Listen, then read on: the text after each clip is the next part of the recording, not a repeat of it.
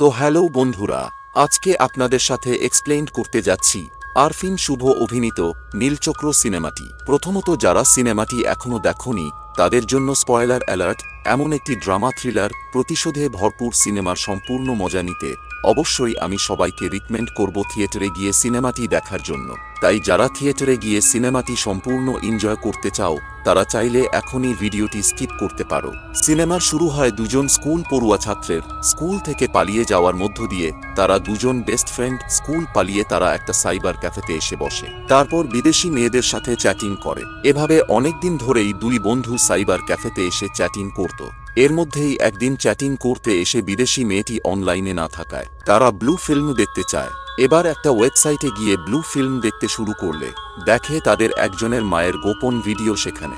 যার মায়ের গোপন ভিডিও, সে লজ্জা আর ভীষণ কষ্ট পেয়ে দ্রুত মায়ের কাছে আসে। এসে দেখে তার মা সুইসাইড করেছে। এরপর সিন শিফট হয়ে দেখানো হয় বেশ কয়েক বছর পরের ঘটনা। আমরা তখন দেখতে পাই এক সিঙ্গেল বাবা এবং তার মেয়েকে। আমরা বাবা মেয়ের কিছু মজার মুহূর্ত দেখতে পাই, এই যেমন বাবা পানির ট্যাঙ্কি পরিষ্কার করছে আর মেয়ে সেটার ভিডিও করছে আর মজা নিচ্ছে। স্কুলে যাওয়ার সময়ও মেয়ে তার বাবার আদিকালের সেই স্কুটার নিয়েও বেশ কিছু কথা বলে। সে তার বাবাকে রাগানোর চেষ্টা করে। এর মধ্যেই জানা যায় বাবার নাম হচ্ছে ফয়সাল শাহরিয়ার। তিনি একজন সাসপেন্ডেড সিআইডি অফিসার। সাসপেন্ড হয়েছেন কারণ তিনি ইন্টারগেশনের সময় ভায়োলেন্স হয়ে যান। সেই দিনই ফয়সালকে তার সিনিয়র অফিসার অফিসে ডাকে। এই সিনিয়র অফিসার আবার ফয়সালের ভার্সিটির বড় ভাই, তাই তাদের মধ্যে আলাদা আন্তরিকতাও আছে। ফয়সাল অফিসে আসলে একটা ক্রাইম ফাইল দেয় সে।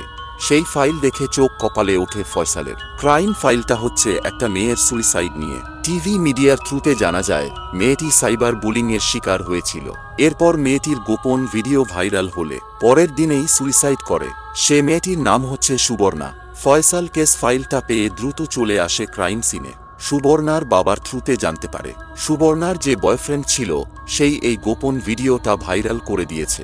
সিন শিফট করে জ্যাক নামের এক লোককে দেখানো হয়। আপাত দৃষ্টিতে দেখে মনে হয় সেই এই ভিডিও কেলেঙ্কারির সাথে জড়িত। জ্যাক একটা পার্টিতে আসে, সেখানে দেখে অনেক অনৈতিক কর্মকাণ্ড হচ্ছে আর এখানে এইসবই চলে। তো সেখানে গিয়ে জ্যাক সব গোপন ভিডিওগুলো করে। এদিকে সুবর্ণার যে ভিডিওটা ভাইরাল হয়েছিল সেটা দেখছিল ফয়সাল। ভিডিওটা ভালো মতো দেখে ফয়সাল লক্ষ্য করে ছেলেটির শরীরে ট্যাটু আছে। এই ট্যাটুকে নিয়ে ফয়সাল তদন্ত শুরু করে, কারণ ভিডিওতে ছেলেটির মুখ দেখা যায়নি। ফয়সাল সেদিনের মতো অফিস শেষ করে বাড়ি এসে মেয়ে জুইয়ের আদর যত্ন করে। ফয়সাল একজন সিঙ্গেল প্যারেন্ট, তাই তার কাছে তার মেয়ে সব। পরের দিন ফয়সাল অফিসে আসলে তার সহকারী জানায় ট্যাটু নিয়ে যে তদন্ত করতে বলেছিলেন, খোঁজ পেয়েছি একজন নাকি চিনতে পেরেছে ট্যাটুটা। এর মধ্যেই সুবর্ণার বাবা আসে ফয়সালের কাছে, তার মেয়ের কেস কত দূর তা জানতে চায়। ফয়সাল জানায় আপনি বাসায় যান আর আমাদের ঠিকমতো কাজটা করতে দেন। সেদিন ফয়সাল কাজ শেষে বাড়ি ফিরলে বাসার খালা জানায় তোমার মেয়ে সারাদিন দুষ্টুমি করেছে। দুষ্টুমি কমাতে ফয়সালে এবার তার দুষ্টু মেয়েকে নাচ শেখাতে নিয়ে আসে একটা নাচের স্কুলে, যাতে নাচের চাপে একটু হলেও মেয়েটির দুষ্টুমি কমে। কিন্তু নতুন কোর্স চালু হওয়ায় জুইকে ভর্তি নিতে চায় না স্কুলের কর্তৃপক্ষ। ফয়সাল অনেক জোরাজুরি করলে এক নাচের টিচার তা দেখে, যার নাম রাইমা। রাইমার প্রথম দেখাতেই জুইকে ভালো লাগে, তাই নিজে সুপারিশ করে জুইকে নাচের স্কুলে ভর্তি করায়।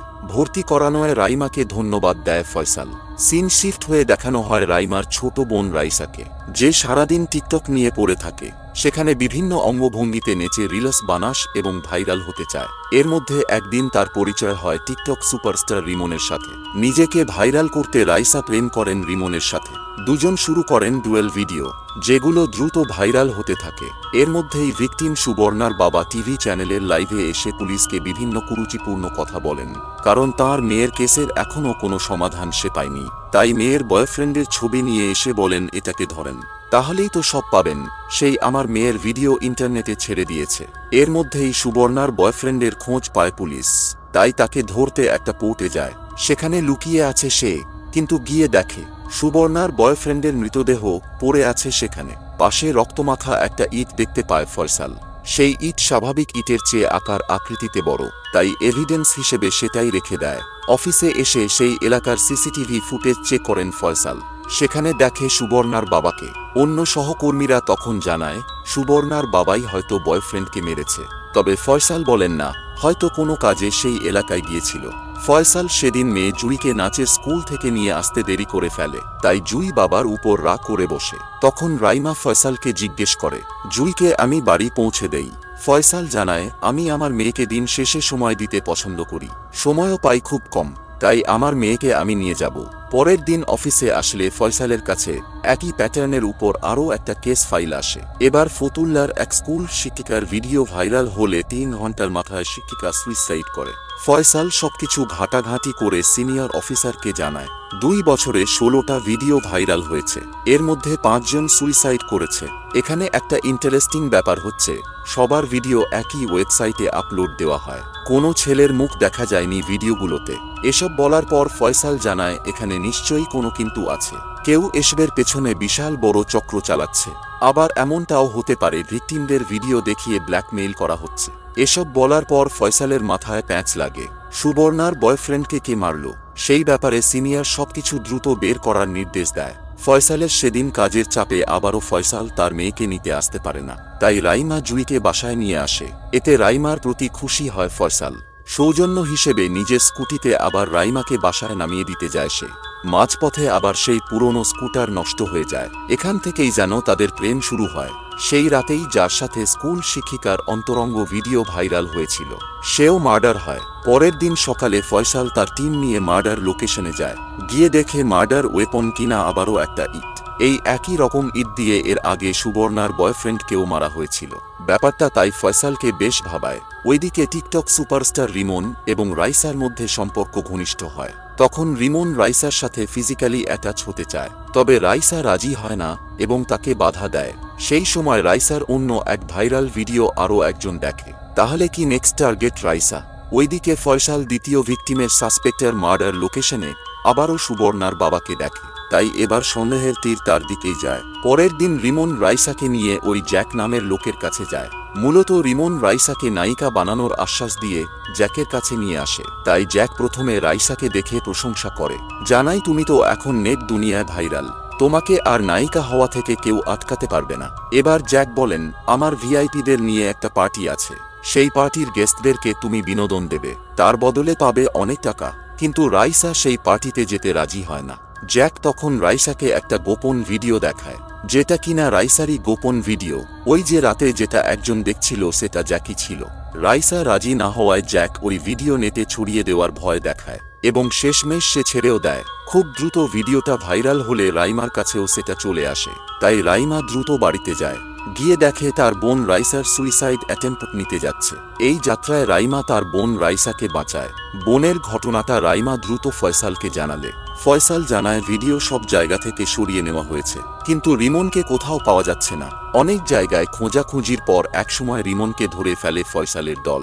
ফয়সাল জিজ্ঞাসাবাদের সময় বারবার জিজ্ঞেস করেন, কেন ভিডিও ভাইরাল করেছিস? রিমন জানায়, আমি জানি না। এবার ফয়সাল রেগে গিয়ে রিমনের নিচে আগুন লাগিয়ে দেয়। তখন কষ্ট পেয়ে তাকে মুখ খুলতেই হয়। সে জানায়, আমি ভিডিও ভাইরাল করিনি, জয়নাল নামে একজন করেছে, যাকে সবাই জ্যাক হিসেবে চেনে। ফয়সাল রিমনের থেকে জ্যাকের ঠিকানা নিয়ে খুঁজতে শুরু করে। একসময় তাকে পেয়েও যায়। তাই এবার জ্যাককে নিয়ে ইন্টারোগেশন শুরু করে ফয়সাল। তবে টর্চার করলেও মুখ খোলে না জ্যাক। জানায়, 1 ঘন্টার মধ্যে এখান থেকে আমি চলে যাব, কেউ আমাকে কিচ্ছু করতে পারবে না। এর মধ্যে ফয়সালের সিনিয়র এসে জানায় জ্যাকের জন্য অনেক ফোন এসেছে, তাকে ছেড়ে দিতে হবে, কারণ প্রপার ওয়েতে তাকে ধরা হয়নি। নিরুপায় হয়ে ছেড়ে দিতে না চাইলেও জ্যাকে ছেড়ে দিতে বাধ্য হয় ফয়সাল। ওইদিকে বড় বোন রাইমার সারাদিন রাত ছোট বোন রাইসার সেবা যত্ন করে, আর রাইসাকে কিছুটা সুস্থ করে তুললে ফয়সাল আসে তার কাছে। তারপর আশ্বাস দেয় সে কেসে হেল্পও করবে তাদের। এর মধ্যেই ফয়সাল ধরে ফেলে সুবর্ণার বাবাকেও। অনেক ব্যাপার নিয়েই সে এখন সন্দেহের তালিকায়। ভিকটিম সুবর্ণার বাবা এবার সবকিছু খুলে বলতে চায়। সে জানায়, আমার বাড়ির দরজার সামনে একজন একটা সিম কার্ড এবং চিঠি রেখে যায়। চিঠিতে বলেন তার কাছে নাকি আমার মৃত মেয়ের আরও 3টি ভিডিও আছে, যদি আমি তার হয়ে কাজ না করি তাহলে সে সেগুলো ছেড়ে দেবে। এরপর সেই সিম দিয়ে তার সাথে কথা হয় এবং তার হয়ে কাজও করি। সে জানায়, আমাকে ভিডিও ভাইরাল হওয়া ছেলেদেরকে মারতে হবে। এসব বলার পর সুবর্ণার বাবা ফয়সালকে আরও জানায়, সে আমাকে জানিয়েছে তার সাথে নাকি আপনারও কিছু দেনা পাওনা আছে। ফয়সাল এ কথা শুনে কিছুটা দ্বিধা দ্বন্দ্বে পড়ে, তাই জিজ্ঞেস করে লোকটি কি কোনো ঠিকানা দিয়েছে। সুবর্ণার বাবা জানায় ঠিকানা দেয়নি, কিন্তু নাম জানিয়েছিল। তার নামটা হচ্ছে যিশু। যিশু নামটা শুনে পরিচিত পরিচিত লাগে ফয়সালের, তাই সে নামটা নিয়ে ভাবে। তখন ফয়সালের সহকর্মীরা জানায় এই সব কিছু আসলে জ্যাকই করছে। জ্যাককে ধরে নিয়ে এসে একটু ডলা দিলে সে এমনি সব বলে দেবে। ওদিকে রাইসা কিছুটা সুস্থ হয়ে তার দৈনন্দিন কর্মকাণ্ডগুলো চালিয়ে যায়। তবে রাস্তা দিয়ে হাঁটার সময় সবাই সেই ভাইরাল ভিডিও নিয়ে রাইসাকে বুলি করতে থাকে, যা শুনে কষ্ট পায় বোন রাইমা। রাইমা প্রতিবাদও করে, তবে রাইসা একদমই ভেঙে পড়ে, তাই ঘরে গিয়ে প্রচুর কান্না করে। সেদিন রাইমা তার নাচের স্কুলে আসলে জানতে পারে অনেক স্টুডেন্টকে তাদের মায়েরা নিয়ে গিয়েছে। তারা রাইমার কাছে তাদের মেয়েদের নাচ শেখাবে না। রাইমা বুঝতে পারে না শুধুমাত্র বোনের ভিডিও ভাইরাল হওয়ায় সবাই নাচের স্কুল থেকে চলে যাচ্ছে, কিন্তু এখানে তার দোষ কি? এর মধ্যেই এক ফোন কলে রাইমা জানতে পারে তার বোন রাইসা আত্মহত্যা করেছে, যেটা শুনে স্তব্ধ হয়ে যায় সে। প্রথমবার রাইমা গিয়ে প্রিয় বোনকে বাঁচাতে পেরেছিল, এবার আর পারল না। রাইমা এবার বোনের হত্যার বিচার চাইতে লাইভে আসে। এসে জানায় জ্যাক আমার বোনের ভিডিও ভাইরাল করেছিল, আমার বোন মৃত্যুর আগে সবকিছু বলে গিয়েছে। রাইমার লাইভ ভিডিও দ্রুত ভাইরাল হলে অনেকে জ্যাকের নামে লাইভে এসে মুখ খোলে, প্রত্যেকেই কিনা জ্যাকের হাতে ভিকটিম। তাই সবাই এবার জ্যাকের বিরুদ্ধে আন্দোলন শুরু করে। চারিদিকে জ্যাকের বিরুদ্ধে আন্দোলন শুরু হলে সিনিয়র অফিসার ফয়সালকে নির্দেশ দেয় অফিসিয়ালভাবে জ্যাককে ধরার জন্য। ওইদিকে দেখা যায় জ্যাককে কেউ একজন মেরে ফেলেছে, তাই ফয়সাল জ্যাককে ধরতে এসে দেখে জ্যাক অলরেডি মৃত। তাহলে কি আরও বড় কোনো কালপিট আছে, যে পর্দার আড়াল থেকে সবকিছু করছে? জ্যাককে না পাওয়ায় জ্যাকের কাছের লোকদের ধরে নিয়ে আসে ফয়সাল। তাদের টর্চার করে ফয়সাল জিজ্ঞেস করেন তোরা কেন মেরেছিস জ্যাককে?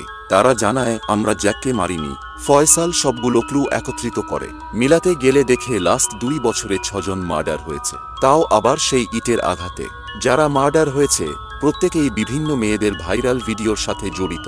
এইসব ক্লু বের করে ফয়সাল ভাবে তাহলে তো জ্যাকের সবার আগে মারা যাওয়ার কথা, কারণ সেই হচ্ছে সবকিছুর নাটের গুরু। তাই এখানে যে কোনো কিন্তু আছে তা বুঝতে পারে ফয়সাল। ফয়সাল যিশু নামটা নিয়ে ভাবতে তখন তার মনে পড়ে যায় ছোটবেলার বন্ধু রাশেদের কথা। তার ডাক নাম ছিল যিশু। ছোটবেলায় রাশেদ এবং ফয়সাল ছিল বেস্ট ফ্রেন্ড। তারা একসাথে স্কুল পালিয়ে সাইবার ক্যাফেতে আসতো বিদেশি মেয়েদের সাথে চ্যাটিং করতে, যেটা আমরা সিনেমার শুরুতেও দেখেছি। ছোটবেলায় এই রাশেদের মায়েরই অন্তরঙ্গ ভিডিও ভাইরাল হয়েছিল, তারপরেই তার মা সুইসাইড করেছিল। তো ফয়সাল রাশেদের ঠিকানা, পরিচয়, বড় হয়ে কেমন দেখতে হয়েছে তা জানতে রাশেদের খালার কাছে আসে। খালা ঠিকানা দিতে না পারলেও মোবাইলে থাকা ছবি দেখায়, যেটা দেখে সে চমকে ওঠে, কারণ সে রাশেদকে এর আগেও দেখেছে, যখন সে জ্যাককে ধরতে একটা পার্টিতে গিয়েছিল। সেই পার্টিতেই গান গেয়েছিল রাশেদ। এবার সিন শিফট হয় রিমনের দিকে। কেউ একজন রিমনকে তুলে নিয়ে যায়, যেটা আবার ফয়সালের টিম মেম্বার ফয়সালকে জানায়। ফয়সালের টিম মেম্বার রিমনকে তুলে নেওয়ার ব্যাপারটা জানতে পেরেছে, কারণ ফয়সাল আগে থেকেই রিমনের পেছনে লোক লাগিয়ে রেখেছিল, এমনকি ফয়সালের ফোনও ট্র্যাক করে রেখেছিল। তো ফয়সাল রিমনের ফোনের লোকেশন অনুযায়ী একা চলে আসে, এসে দেখে রিমনকেও ইট দিয়ে সেই একইভাবে মারা হয়েছে। তখন ফয়সালের সবকিছু বুঝতে আর দেরি হয় না, সবকিছু আসলে রাশেদই করেছে। তাই রাশেদকে বের হতে বলেন ফয়সাল। তখন রাশেদ আড়াল থেকে জানায় তোকেও ইট দিয়ে মারবো, কারণ তোর জন্যই আমার মা সুইসাইড করেছিল। তোকে যদি তোর বাপ ফোন কিনে না দিত তাহলে তোর চাচাও আমার মায়ের গোপন ভিডিও করতে পারত না, আর মা মারাও যেত না। তোর চাচা তোর ফোন নিয়েই আমার মায়ের ভিডিও করে নেটে ছেড়ে দিয়েছিল। তুই কি জানিস মাকে রশিতে ঝুলে থাকতে দেখা কতটা কষ্টের? তাই আমি আগে তোর চাচাকে তার ইটের ভাটাতেই ইট দিয়ে মেরে প্রতিশোধ নিয়েছি। এরপর যারা এসব ভিডিওর সাথে জড়িত তাদের সবাইকে ইট দিয়ে মেরে প্রতিশোধ নিচ্ছি। এবার তোকেও মারবো, কারণ তোর জন্যই সবকিছু হয়েছে। এই বলে রাশেদ পিস্তল চালায় ফয়সালকে লক্ষ্য করে। ফয়সালও গুলি খেয়ে মাটিতে লুটিয়ে পড়ে। তখন রাশেদ ইট নিয়ে আসে ফয়সালকে মারার জন্য। ফয়সাল এবার নিজের কাছে থাকা পিস্তল বের করে রাশেদকে মেরে ফেলে। আর এখানেই শেষ হয় নীলচক্র। শেষে গিয়ে আমরা বুঝতে পারি সবকিছুই আসলে প্রতিশোধ।